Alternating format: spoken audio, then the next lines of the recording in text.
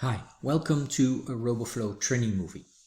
In this training movie I will show you how you can rebuild your watch folder category tree. Imagine you have a watch folder workflow that is automatically cataloging your files from a folder and is automatically creating a folder structure.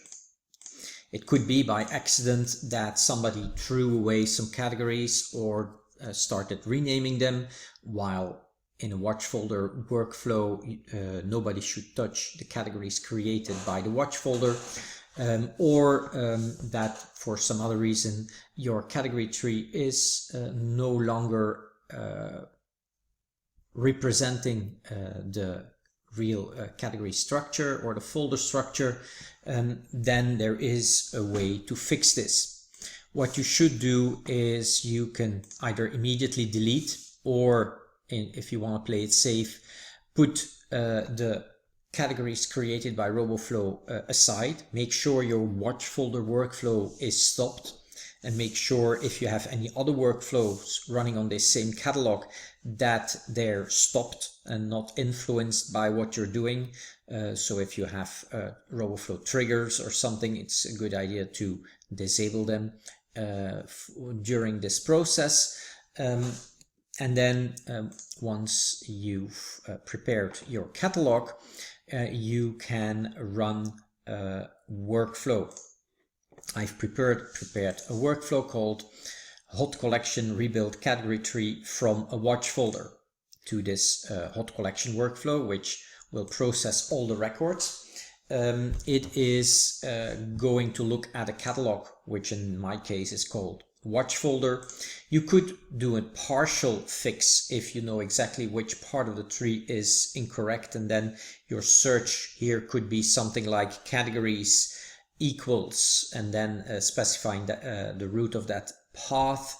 But here I'm processing all records, and I added here 4 parameters. I'm telling the workflow where my root category is, where I'm going to create these categories. And so let's call this, maybe I want to put this in $categories. And then your files will be in a certain location in the root of the watch folder. So you should specify here the root of the watch folder. If you don't know what that is, just go to your watch folder workflow and pick up that particular folder, and maybe you could add a backslash at the end. It's not mandatory. Then I've added 2 more parameters in case for some reason a record is not from the watched folder, then it cannot create the category tree in the same way. So I'm putting those records under miscellaneous, so you can decide later what you want to do with them. You can find them easily because they're under miscellaneous. And the same for assets, records that point to assets that it has no access to or that may be vaulted. It's going to put those records under these categories, so that if necessary you can process them later.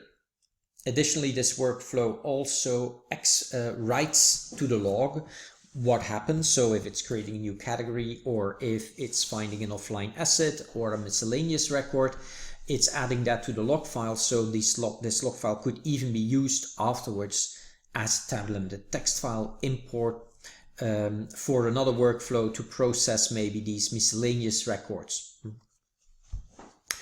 Good. So let's have a quick look of the run of the workflow. I'm starting the workflow, and of course in my case it's a very small catalog. This will go very quickly, but in case of a catalog, for instance, with 100,000 records, this could easily run for an hour.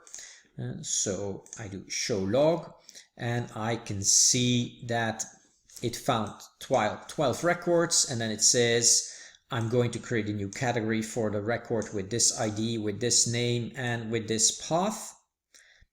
And I'm going to create this category for it. So that's how you can see what it's doing for you. It's all saying here new category, so that's good. All my records were in a subfolder of the watch folder, but it could have been different, and then you would have a different entry here. As I said, this could be used because I put tabs in between these values.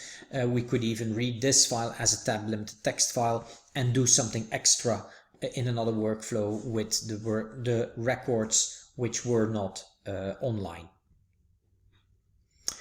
If we have a look in the catalog, you can see that it has again this watch smiley, level 1, etc., etc., and the records, of course, are assigned to those particular categories. So this is a very easy way to fix your catalog.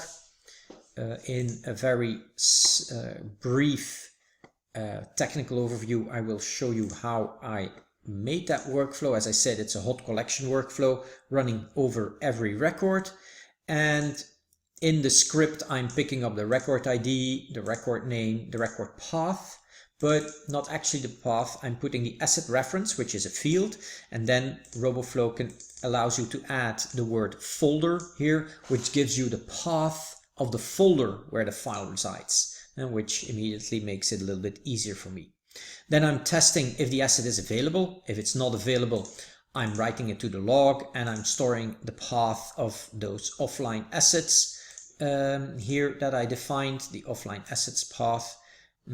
If it is available, then I'm checking if the file is in the root of this catalog. And if it is in the root of this catalog, then I'm processing it. If it's not, again, I'm writing it to the log, and I'm storing the category path to be the miscellaneous records category path. For those that are valid, I'm replacing the in the folder path, I'm replacing the first bit, which I want to skip, and the part you want to skip that you don't want in your category tree.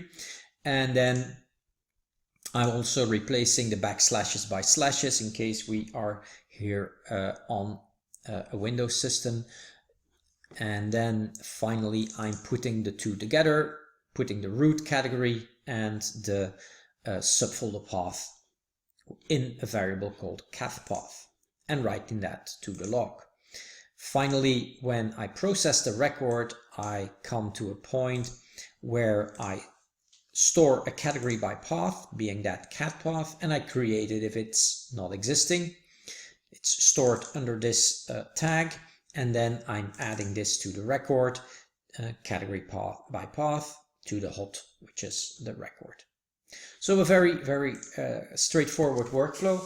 If, as I said before, if you have metadata in your categories, information that you added manually, then there should be another procedure added to this workflow to make sure that you don't lose that metadata. But if you don't have metadata in your categories, then this is a very easy workflow that helps you fix some category problems. So thank you for joining this training movie, and hope to see you in the next one.